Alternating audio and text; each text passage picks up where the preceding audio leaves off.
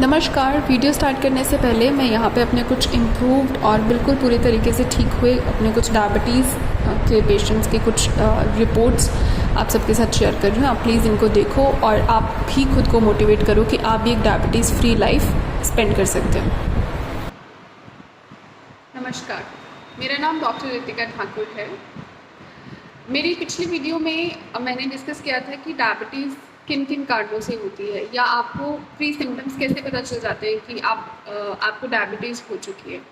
तो अब हम डिस्कस करेंगे कि आपको पता चल गया कि आपको शुगर है, डायबिटीज़ है, तो अब आपने नेक्स्ट क्या करना है। देखिए, सबसे पहले तो आपको अपने HbA1c लेवल पता होना चाहिए, है ना, जिसको हम लोग लेमन लैंग्वेज में बोल देते हैं कि आपका 3 महीने का शुगर कितना है ना। मैं हमेशा HbA1c चेक करवाने को पेशेंट को इसीलिए बोलती हूँ क्योंकि जो आपका फास्टिंग और रैंडम ब्लड शुगर लेवल होता है वो मैक्सिमम तो आपका वही वैल्यू दिखाएगा जो आपने खाना खाया है, राइट।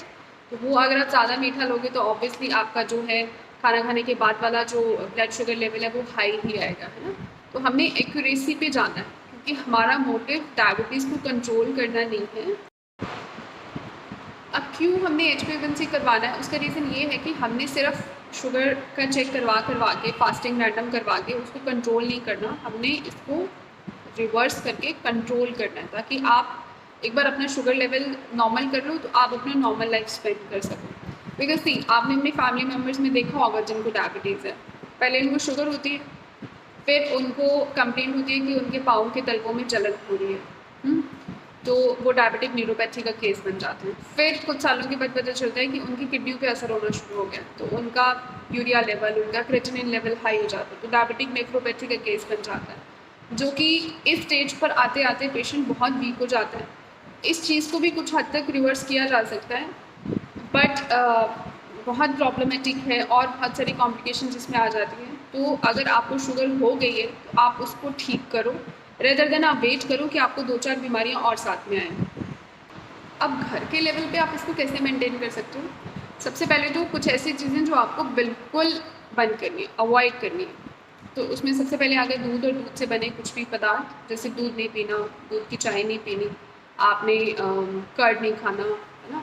तो ये सब मिल्क प्रोडक्ट है। पनीर आप प्रोटीन के सोर्स में कभी कभार ले लो या आप सोयाबीन का पनीर ले लो, बट आपने मिल्क को टोटली बंद करना है। सेकेंड, आपने राइस नहीं खाने, आपने चावल नहीं खाने।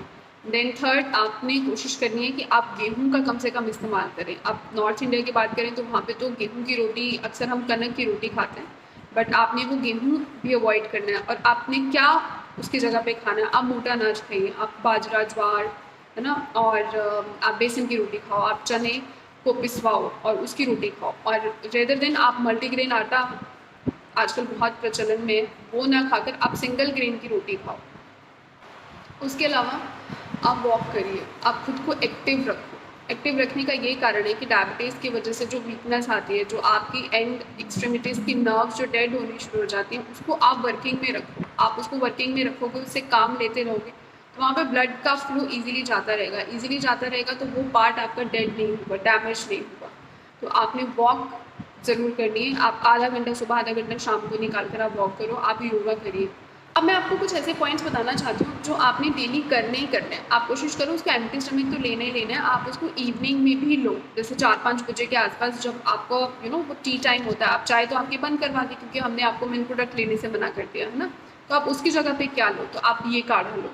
तो आप 7 डेज़ में इसको डिवाइड कर लो। फर्स्ट 7 डेज़ के लिए आपने मेथी को बॉयल करके लेना है ना, नॉर्मल जो मेथी हम घर पे यूज़ करते हैं वो, उसको 1/4 टीस्पून उसका लेकर उसमें आपने उसको बॉईल करना है। जब वो एक बॉईल उसमें आ जाएगा, उसको छान कर हल्का गर्म गुनगुना आप उसको पी लीजिए। तो ऐसे आपने मॉर्निंग में करना है, ऐसे इवनिंग में करना है। तो ये 7 दिन आपने लगातार करना है, राइट। नेक्स्ट 7 डेज़ के लिए आप जामुन के पत्ते ले लीजिए। जामुन ईजीली अवेलेबल होता है, ये ऐसा कोई फल नहीं है जो आपको बहुत रेयर होता है, इसके पेड़ आपको आसपास में मिल जाएंगे। तो जामुन के पत्ते, अब कितने पत्ते, कम से कम 2 से 3 पत्ते सेम मेथड से बॉईल करने और मॉर्निंग इवनिंग में कंज्यूम करने। अब तीसरा 7 डेज़ का आपका हो गया। अब नेक्स्ट 7 डेज़ में आपने क्या करना है, आम के पत्ते सेम मेथड में आपने उसको बॉईल करना है और वैसे ही कंज्यूम करना है। तो 2 मैंगो लीव्स सफिशेंट है एक बार के काढ़े के लिए। अब फोर्थ आप इसमें क्या करेंगे, आप अर्जुन की छाल भी यूज़ करिए। अर्जुन की छाल को भी सेम, जैसे आपने 1 कप बॉईल करना है पानी का, तो उसमें 1/4 टीस्पून आप अर्जुन की छाल यूज़ करो। ये आप 7 दिन के लिए रखिए। अब आपका पूरा महीना कवर हो गया।